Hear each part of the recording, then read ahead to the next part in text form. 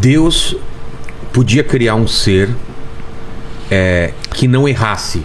Pois é, mas ele teria... Não, mas ele poderia, certo? Poderia, mas teria que abrir a mão da liberdade. Não seria um ser. É isso que eu ia falar. Não seria um ser humano. Não seria, seria um robô. Seria uma pedra. Uma pedra. Uma isso, coisa que já tem. Já tem. Tá lá. Mas a diferença entre o ser humano e um anjo e um ser angelical, os dois têm livre-arbítrio. Sim. Qual é a diferença? A diferença ele colocou. É a questão do ser um pecado intrínseco ou extrínseco.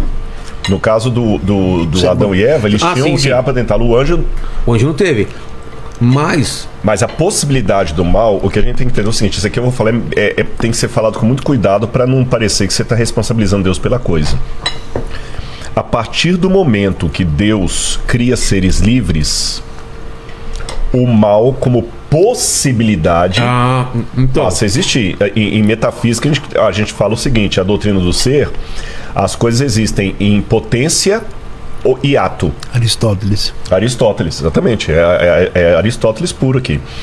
Se ele criasse seres totalmente controláveis 100%, não existiria a possibilidade de mal. Exatamente, mas também não existiria a possibilidade de amor real. Exatamente. O exemplo do filho. Exatamente. Seu filho, você quer que ele te ame porque... ele pode não te amar. Exatamente. Esse é que Se ele fosse programado para te amar, não teria vantagem nenhuma. Exatamente. Sem liberdade não existe amor. Exato. Agora, isso que ele falou saiu...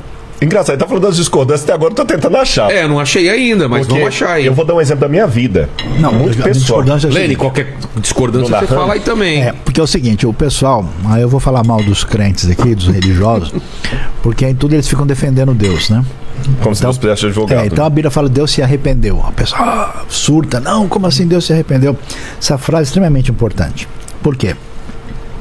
Ela mostra como Deus, diferente de ser um Deus aristotélico, de uma abstração, é um ser pessoal de amor profundo, que a situação de fragilidade do ser humano atinge ele de tal maneira que a palavra usada para se referir à atitude que o ser humano tem que ter diante do seu erro, intencionalmente é usada como um efeito literário pelo autor do livro, para dizer isso de maneira forte, colorida, densa e poderosa, e não diz Deus se arrependeu.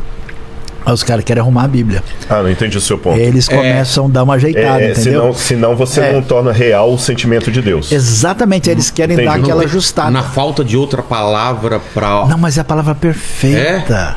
Mas Deus se arrependeu? Não se arrependeu no sentido em que toda a descrição de Deus, ela é o que a gente chama semelhante à ação humana. Ela é chamada de antropomórfica. Sim. É a mesma coisa de conversar com uma criança. Quem que é um cara sábio? É um indivíduo que fala difícil e ninguém entende? Esse cara é louco. É a pessoa que consegue explicar a coisa mais complicada por uma criança de 7 anos. Isso é.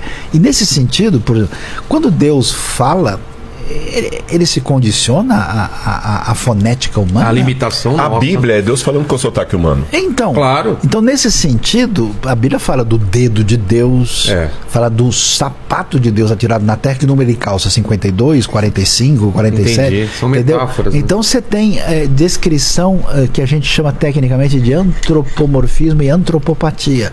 Aí o pessoal não entende onde é que está a pegada, entendeu? É como alguém vê um quadro de arte especial e em vez de ver a Tarsila do Amaral, em vez de ver o Da Vinci, em vez de ver o Van Gogh, a pessoa fala, nossa, essa tinta aqui deve ser da marca tal.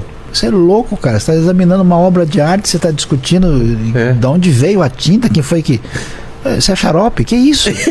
Então eu acho que é mais ou menos uma falta de sensibilidade com a pessoa com a cabeça moderna, cartesiana, que tem um negócio assim, pega o texto bíblico e grande parte da confusão que existe do conflito entre o pessoal secular e religioso não vem, eu diria assim, de discussões inúteis e falsas.